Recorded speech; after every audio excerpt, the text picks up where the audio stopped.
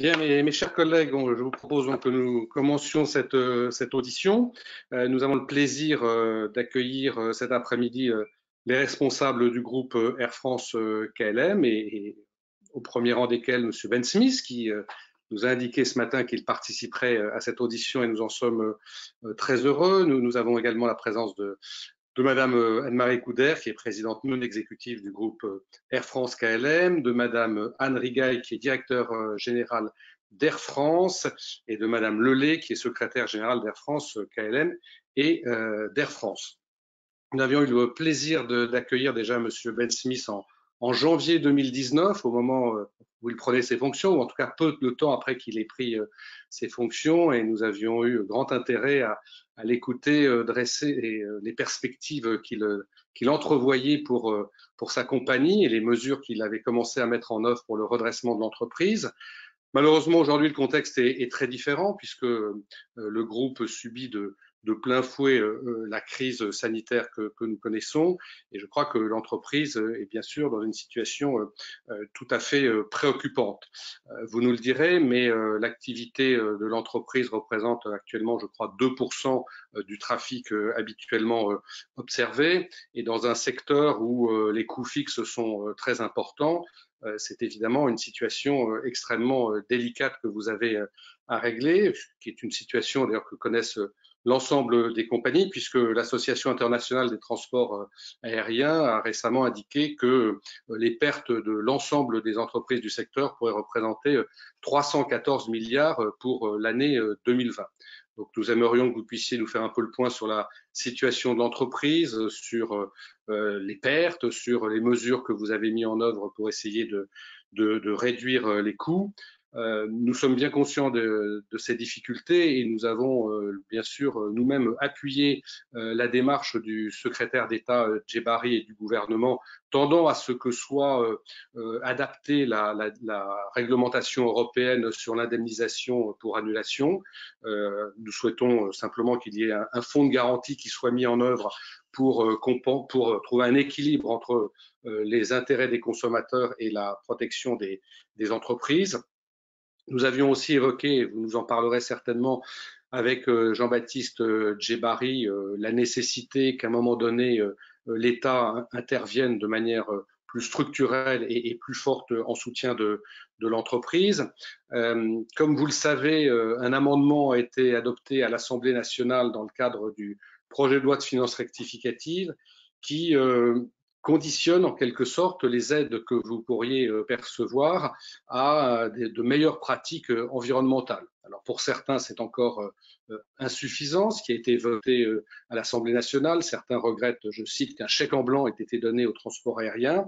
Et pas plus tard qu'aujourd'hui, le Haut Conseil pour le climat a fait savoir qu'effectivement, il souhaitait que les aides accordées aux entreprises aériennes soient conditionnées à de meilleures pratiques environnementales, notamment en matière d'émissions et en matière de respect des objectifs des accords de Paris. Et nous souhaiterions là aussi avoir votre position sur ce sujet et que vous puissiez nous indiquer en quoi vous comptez améliorer vos pratiques en matière environnementale.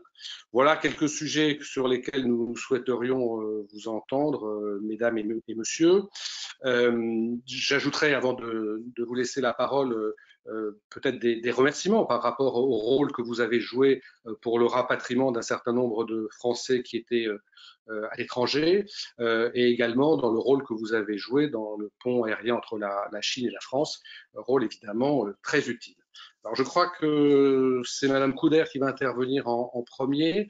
À l'issue de vos interventions, je donnerai bien sûr la parole à Nicole Bonnefoy, qui est vous le savez, rapporteur pour avis des crédits de l'aéronautique au Sénat, mais qui est, je crois, en ce moment, référent sur les sujets concernant l'aviation, l'aéronautique, puisque nous avons souhaité, dans le cadre du suivi de la crise sanitaire, désigner des référents thématiques, et c'est naturellement elle qui a en charge cette question. Et ensuite, une fois qu'elle se sera exprimée et qu'elle vous aura posé un certain nombre de questions, je donnerai la parole à mes collègues sénateurs qui ont souhaité s'exprimer. Voilà, je vous laisse la parole, Mme Couder. Je crois que c'est vous qui intervenez en premier pour le groupe. Absolument. Merci beaucoup, Monsieur le Président. Mesdames et Messieurs les sénateurs, Nous nous retrouvons aujourd'hui dans un contexte, je crois bien qu'aucun d'entre nous n'aurait pu imaginer lors de notre dernière audition. La pandémie du coronavirus a très violemment agressé l'ensemble de l'économie et tout particulièrement, comme vous le savez, le secteur aérien, dans des proportions totalement inédites et en provoquant l'arrêt de pratiquement tous les vols à travers le monde. Selon les estimations de l'Association internationale de transport aérien, IATA, les pertes pourraient atteindre 290 milliards d'euros en 2020, donc 82 milliards pour l'Europe seule. Rappelons cette chronologie de quelques semaines qui ont vu la chute de l'activité. 23 janvier, fermeture de l'aéroport de Wuhan en Chine. 30 janvier, le groupe décide de suspendre tous ses vols vers la Chine. Mi-mars, de nombreux pays appliquent des restrictions fortes sur les flux de passagers en provenance ou transitant en Europe, France. L'Europe prend des décisions similaires sur les flux de passagers non européens. 17 mars, le président de la République française annonce le confinement des Français. Transavia France suspend ses opérations le 21 mars, suivi 48 heures plus tard par Transavia Hollande. Hop suspend toutes ses opérations le 23 mars. Orly ferme le 31 mars au soir.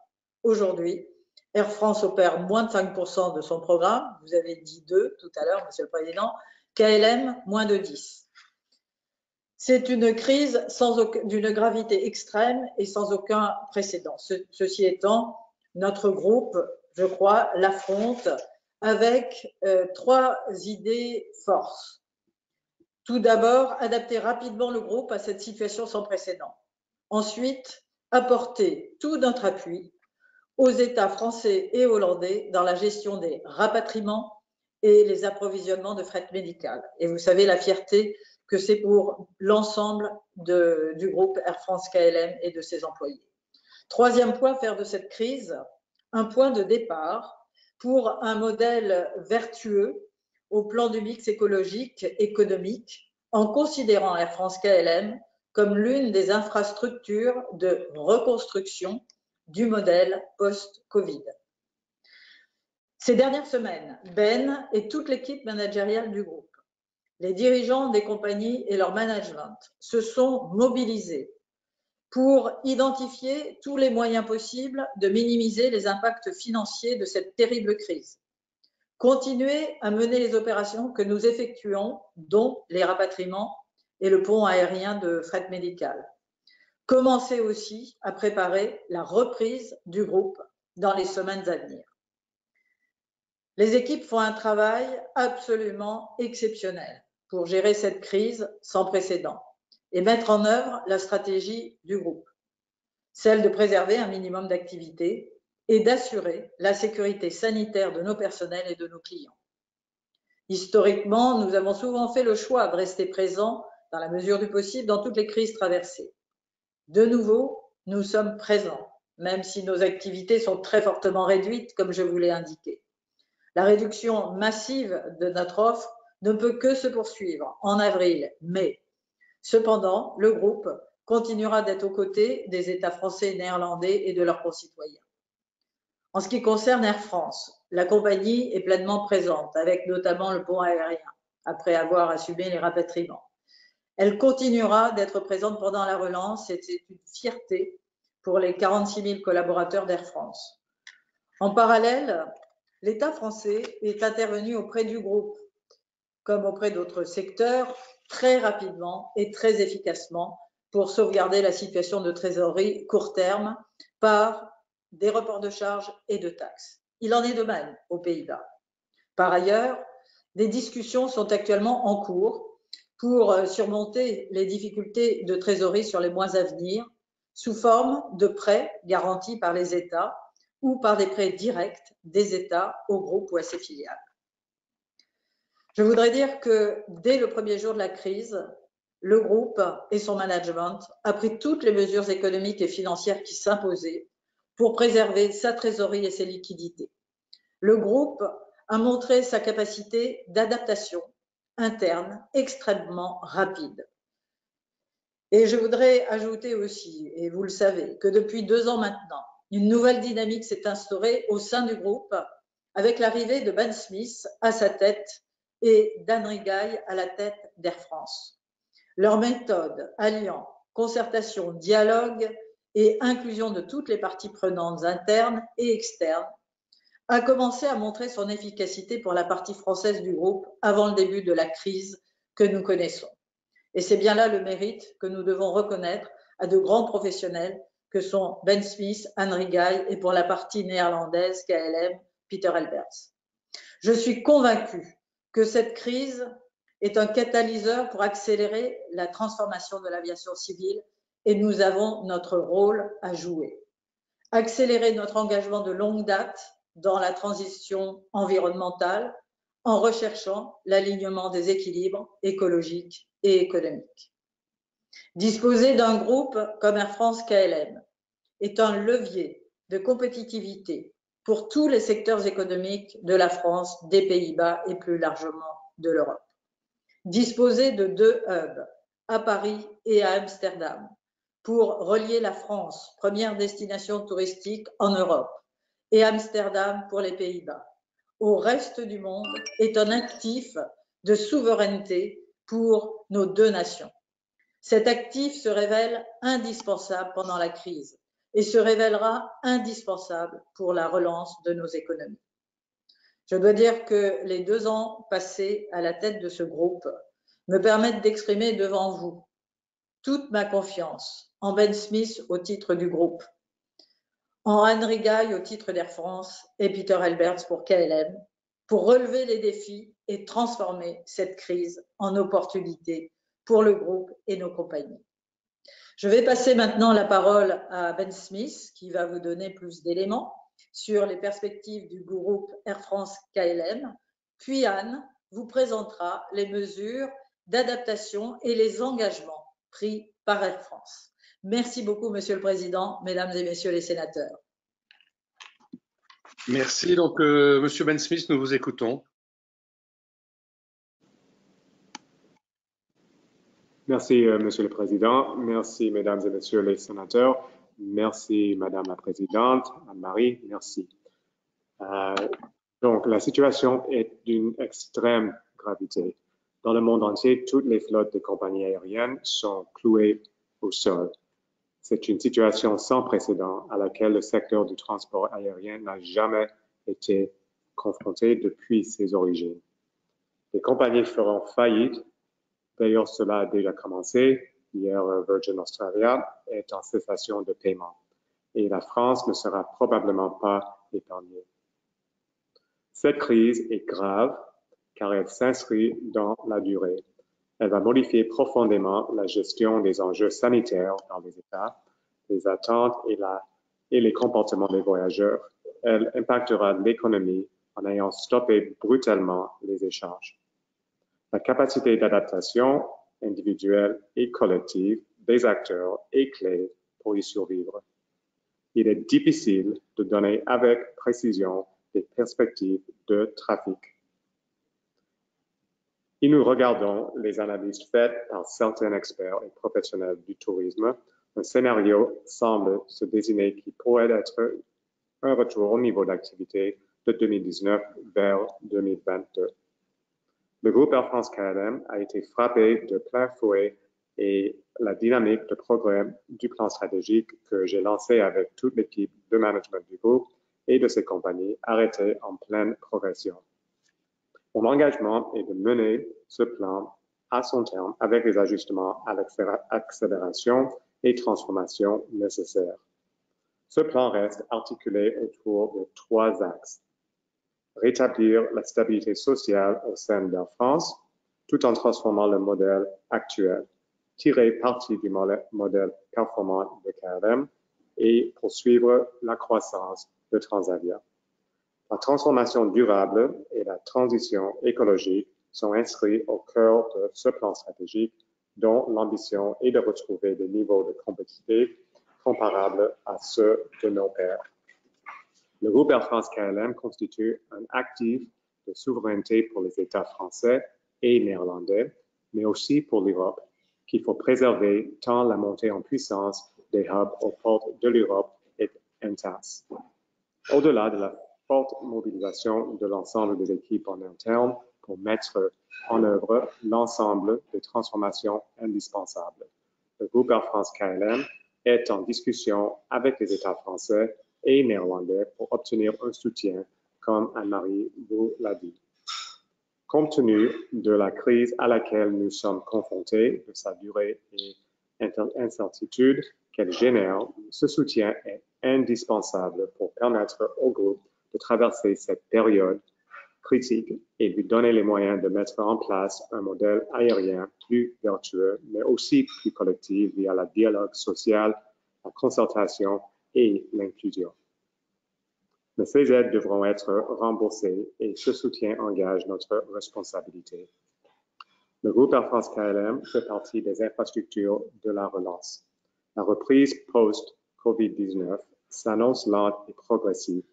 Nous sommes prêts à accélérer notre transformation. Il y a plusieurs sujets où l'effort collectif doit s'imposer et où Air France KLM investira son énergie. Nous souhaitons aussi que le monde post-COVID coïncide avec un nouveau chapitre de l'histoire du groupe Air France KLM. D'abord, une priorité donnée à la sécurité sanitaire de nos clients et de nos employés, une compétitivité retrouvée, socle de notre engagement vers l'avenir de l'aviation civile, fondée sur de nouveaux principes, des engagements concrets et une méthode ouverte pour engager tous les acteurs de la filière aéronautique. Nous continuerons à connecter la France et ses territoires, la France et l'Europe au monde. Il s'agit d'un engagement central au service de tous les citoyens et de tous les secteurs économiques. Nous formulerons des engagements sur le plan de l'avenir de la mobilité en France, notamment avec le secteur ferroviaire, les aéroports et les autres modes de transport, en réfléchissant passagers et frais, métropole en France, l'outre-mer et bien sûr connexion au reste du monde. Avec l'aide des gouvernements français et néerlandais, nous donnerons toute notre énergie pour que la filière réussisse le Green Deal européen, que l'importance économique de l'aviation et la nécessité écologique s'alignent au service du progrès.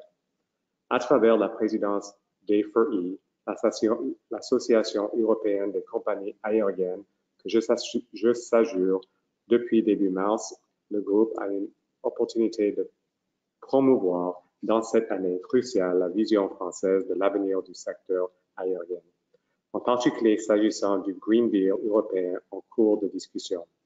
Air France comme KLM réduira de 50% les émissions de CO2 par passager kilomètre d'ici à 2030 par rapport à l'année de référence de 2005.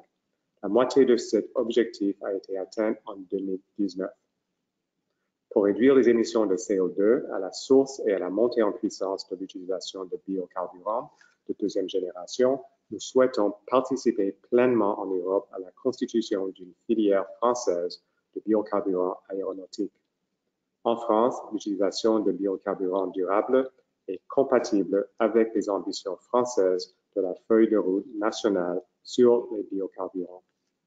En concertation avec les pouvoirs publics, cette utilisation devra être graduelle, globale et s'appuyer sur les investissements verts et mécanismes de compensation nécessaires à la constitution d'une filière biocarburants aéronautique dans le respect des équilibres économiques de tous les acteurs de la filière. Nous nous engageons à expliquer ces enjeux importants et prometteurs au grand public, notamment pour les compagnies aériennes.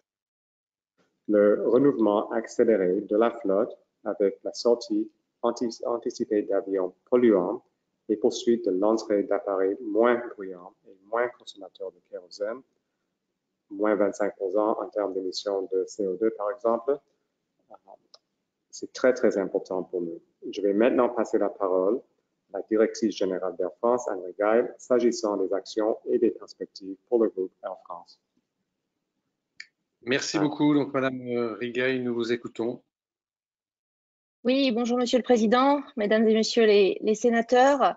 Je crois que le groupe Air France, tout d'abord, a contribué à une grosse opération de rapatriement Je vais vous donner quelques chiffres. Alors que l'espace aérien mondial était en train de se fermer à une vitesse assez inédite pour nous, les vols d'Air France et de Transavia ont permis de rapatrier depuis mi-mars plus de 270 000 passagers, dont 150 000 ressortissants français et 44 000 ressortissants communautaires de plus. Ce travail a été mené en pleine coopération avec le centre de crise du Quai d'Orsay, et je pense que c'est un bel exemple de partenariat public-privé dans ce contexte de crise. On a réussi à ramener ces ressortissants depuis 82 pays dans le monde, et nous avons veillé à plafonner nos tarifs et mettre en place des tarifs spécifiques, et nous n'avons évidemment réalisé aucun profit sur ces rapatriements, d'autant plus que de nombreux vols allés volaient à vide, puisque nous n'étions pas autorisés finalement par les autorités de destination à envoyer des ressortissants européens. Le personnel à bord est formé à ces situations de peur et d'anxiété. Il a eu un souci constant, évidemment, de protéger nos clients.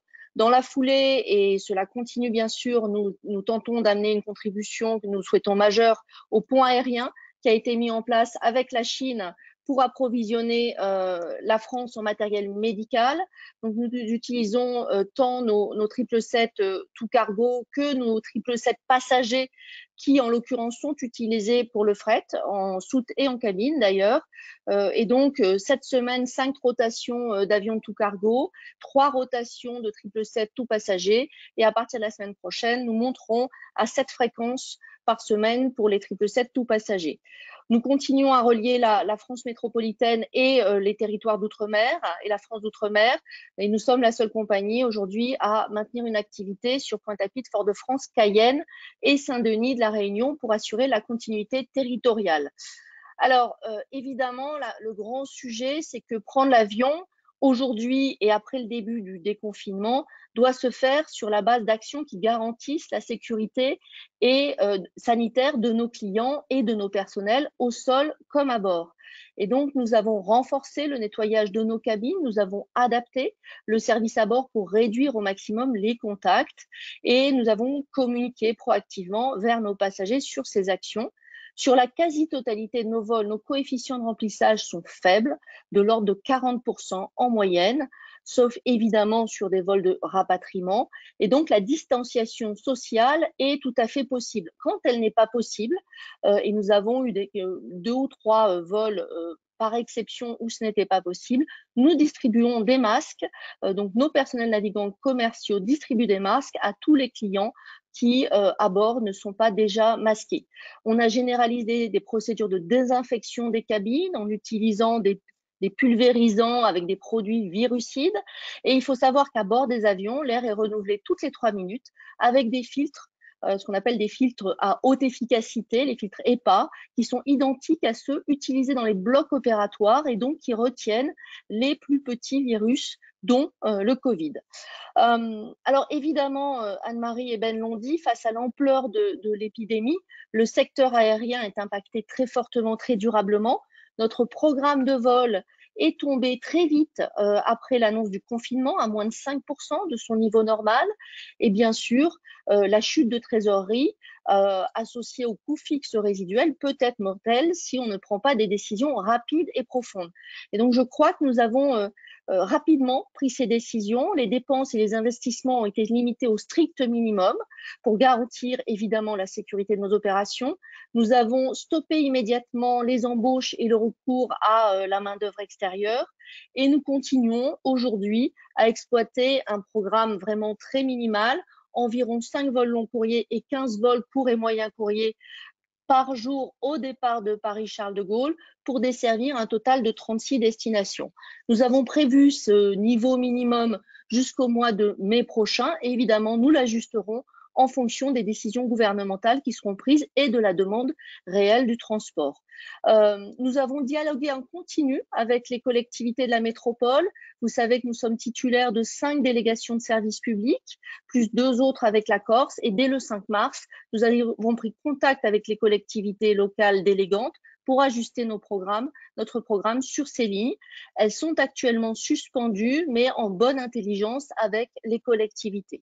Et donc, nous avons maintenu un programme sur le domestique qui se limite à un vol ou moins d'un vol par jour sur trois escales que sont Toulouse, Marseille et Nice.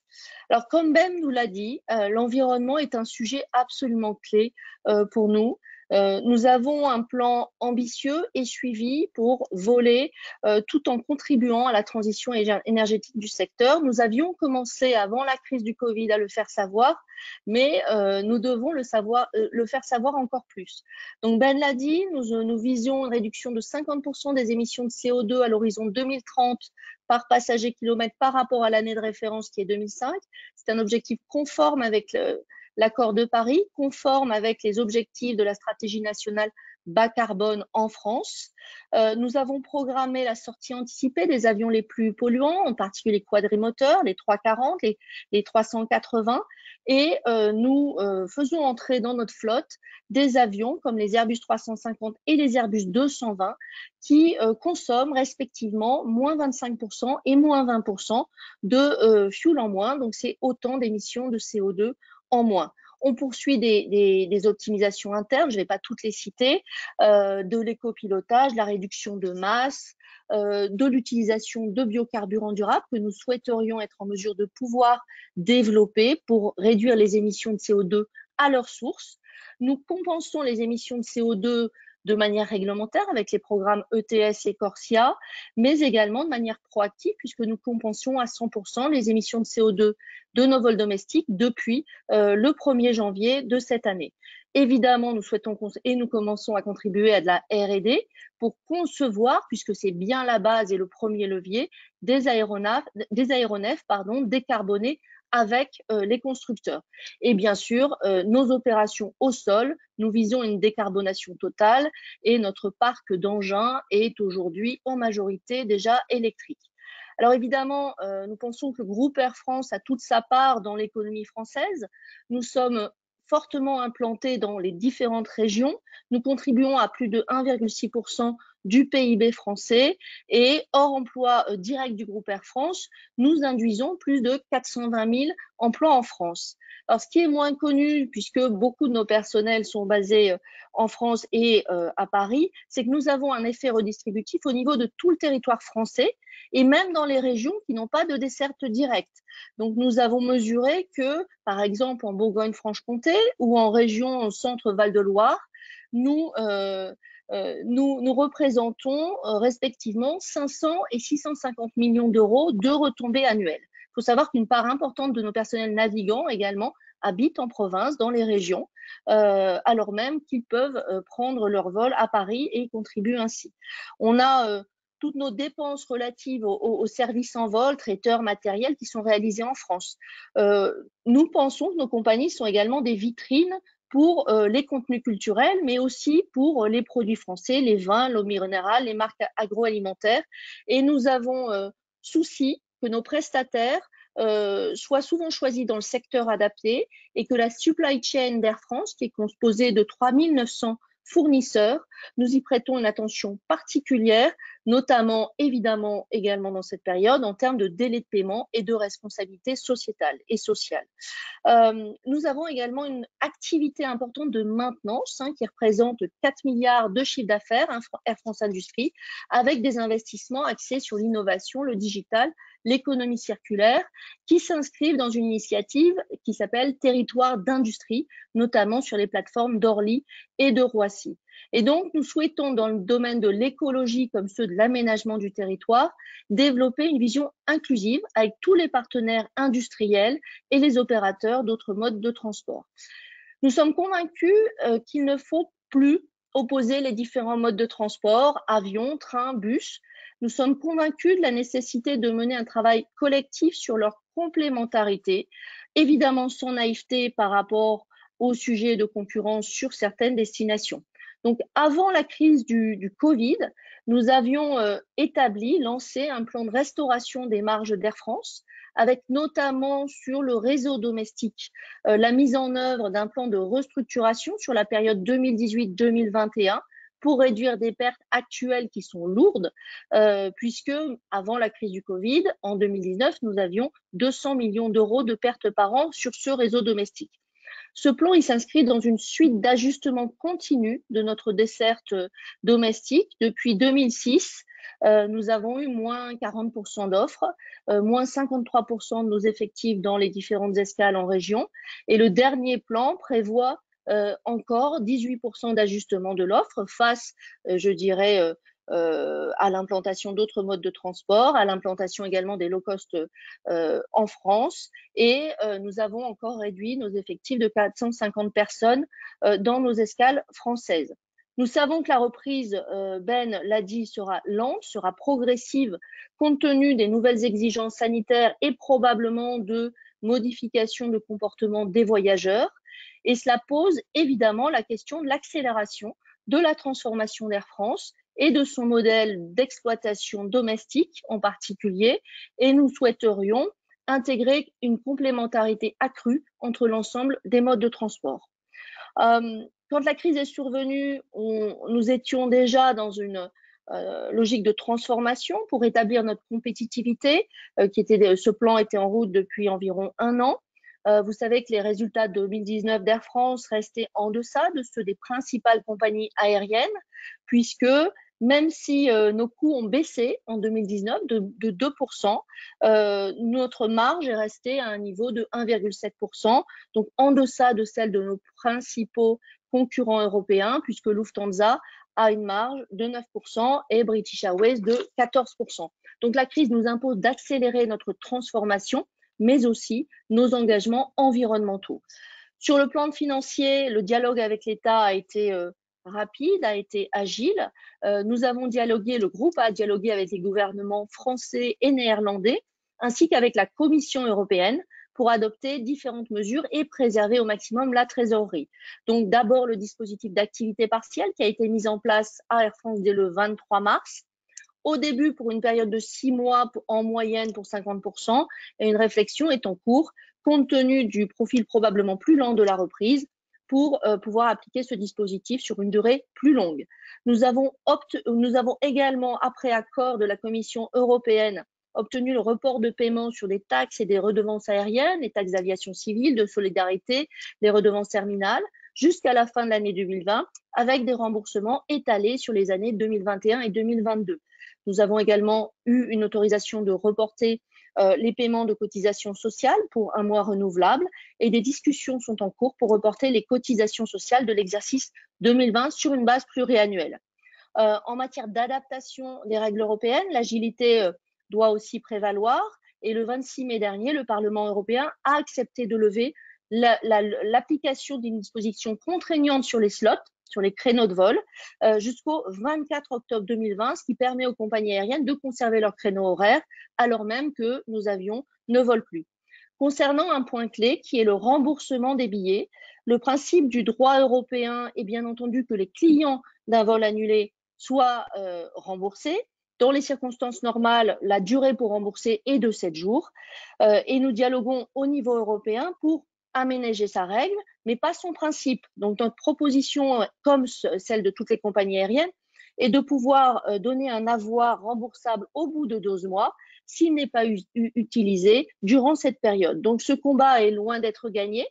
Il nous semble un combat juste et une proposition de texte d'aménagement des dispositions du règlement a été faite en ce sens par les autorités françaises et également néerlandaises. Et c'est une proposition qui est soutenue par un certain nombre d'États membres. Cette demande est majeure pour les transports aériens compte tenu de l'impact de trésorerie qu'elle est susceptible d'avoir. Nous estimons à 1 milliard d'euros pour le groupe Air France-KLM en Europe, cette disposition jusqu'au 30 septembre 2020. Je vous remercie. Merci beaucoup.